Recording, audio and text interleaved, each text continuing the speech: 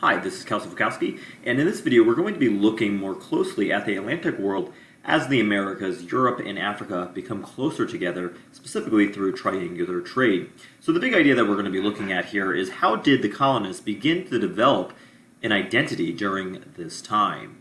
And at this point we have the Columbian Exchange in full force. I mean, it's still to an extent going on today, but certainly during these times it is going on full-fledged in the 17th century as you're having new plants and goods as well as animals and even disease being transported amongst the various continents. However, within this realm known as the Atlantic world, you develop new human institutions and new kinds of people are ultimately going to emerge.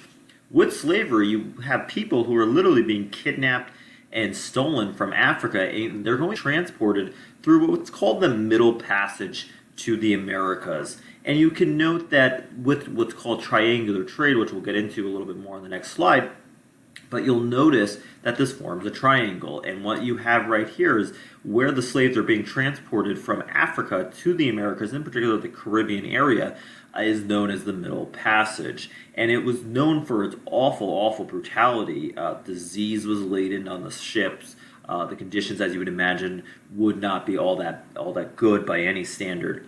And while this movie did not necessarily depict the Middle Passage, nor did it actually go through the Middle Passage, but if you've ever seen the movie Amistad, it shows how slaves are going to be transported by the Spaniards and some of the awful conditions that are going to be very much present. And again, although that movie does not depict the Middle Passage, it does do a fairly good job at depicting some of the brutality involved. Of course, that movie and that particular ship will result in a slave revolt, but oftentimes slaves being transported to the Americas were not that fortunate, but certainly very, very awful. But this could, last very long weeks. It could even last months.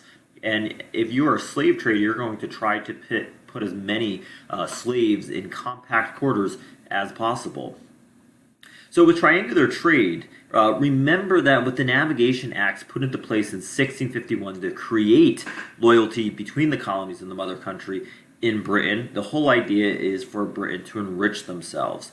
So this is sort of the whole idea. Now at this point, many merchants are defying it as they're going to be trading with other countries. As you can see here, they're going to be trading with the French, the Dutch, the Spanish, despite the fact that the Navigation Acts passed in Parliament stated otherwise. And also keep in mind at this point, you have salutary neglect in full force. So remember, I salute you with neglect, and neglect was beneficial in return for the colonies being economically loyal back to the crown. So the colonies at this point are allowed to do their own thing, and you really see that the Atlantic world is developing quite rapidly. So again, how this basically worked, ships would go to the Americas where the slaves were being transported, and then you had sugar going to North America, in which then you had rum and goods going to Africa. So notice this complex network of trading, which was relatively sophisticated at this point. Keep in mind that this is just a relatively new network that's developing,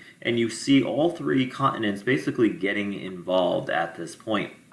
So rum, sugar, molasses, and slaves were amongst the most common, for lack of better words, commodities that are going to be transported amongst these three continents.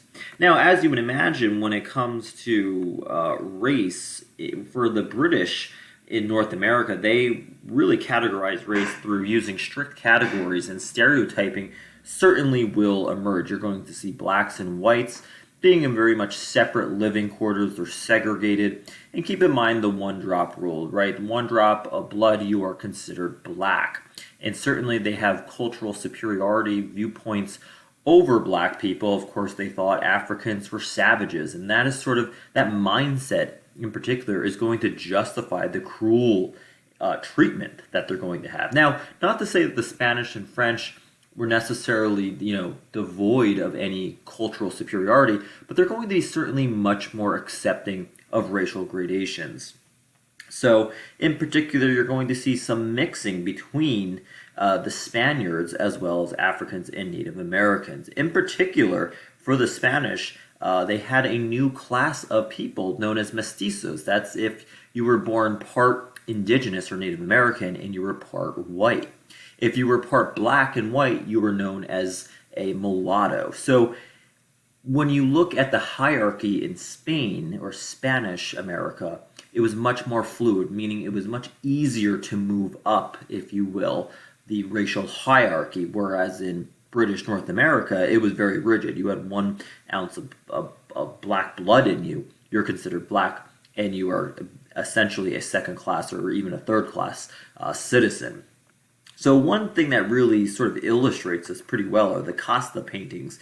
And here in particular, you see a Peninsulare, who would be this white Spaniard man who presumably is married to an indigenous Native American woman. And from this, you're going to get a mestizos, perhaps his offspring. So you take this couple, you have their offspring afterwards. And again, this is showing the new world that was becoming created. So again, you look at another picture here, you presumably sort of see these two mestizos. So certainly moving up that racial hierarchy was much easier. I wouldn't say it's faster, but it's definitely easier than in British North America, where once you have, African blood in you, no matter if it's 1 drop or 1,000,000 drops, you are still never going to be able to move. It's very rigid. So, keep that in mind if you're ever asked the question between comparing British North America with the Spanish America. And so lastly, we'll just end with this. You look at the different classifications here of the different combinations between Spanish blood and maybe Native American blood, black blood. Certainly you had a number of gradations. And again, keep in mind the big focus here, that through the actions that are going on through these 3 parts of the world, with the Africa, Europe, and the Americas, you are now creating new and distinct cultures.